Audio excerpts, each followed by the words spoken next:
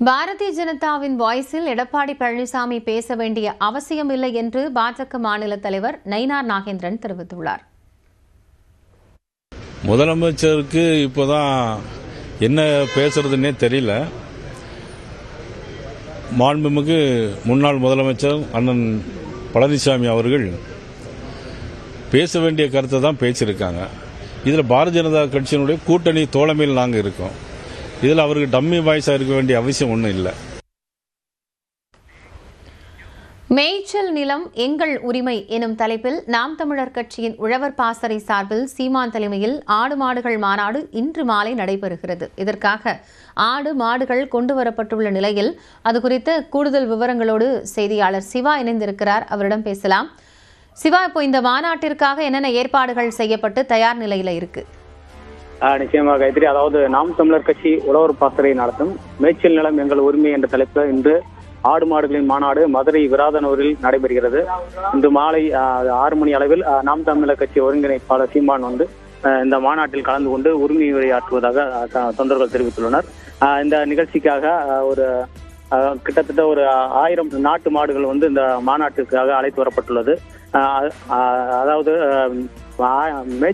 மேய்ச்சல் நிலங்கள் தற்போது குறைவாக உள்ளதாகவும் மாடு வளர்ப்பவர்கள் மேய்ச்சலுக்காக கடும் சிரமம் அடைவதால் இதனால் பால் உற்பத்தி பாதிக்கப்படுவதாகவும், மேலும் வனப்பகுதிகளில் வனத்துறையினர் மாடுகள் மேய்ச்சலுக்கு அனுமதிக்காததால் வாழ்வாதாரம் கேள்விக்குறியாக உள்ளதாக விவசாயிகள் தெரிவித்துள்ளதாகவும், இதற்காக தமிழக அரசு ஆடு மாடுகளுக்கான மேய்ச்சல் நிலங்களை ஒதுக்கி தர வேண்டும். இந்த நிலங்களை ஒதுக்கி கொடுப்பதன் மூலமாக தமிழகத்தில் பால் உற்பத்தி பெருகும், விவசாயிகளின் வாழ்வாதாரம் உயரும் என்ற நோக்கத்தில் இந்த மாநாடு நடத்தப்படுவதாக தெரிவிக்கப்பட்டுள்ளது.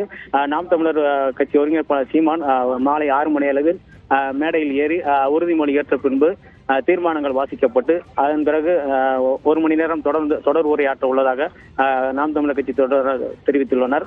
இந்த மாநாட்டு கலந்து கொள்வதற்காக நாட்டு மாடுகள் 1000க்கும் மேற்பட்ட மாடுகள், அதாவது மாநாட்டு திடலுக்குள் அழைத்து வரப்பட்ட இந்த ட்ரோன் காட்சி தற்போது நமக்கு ஒளிபரப்பாகி வருகிறது.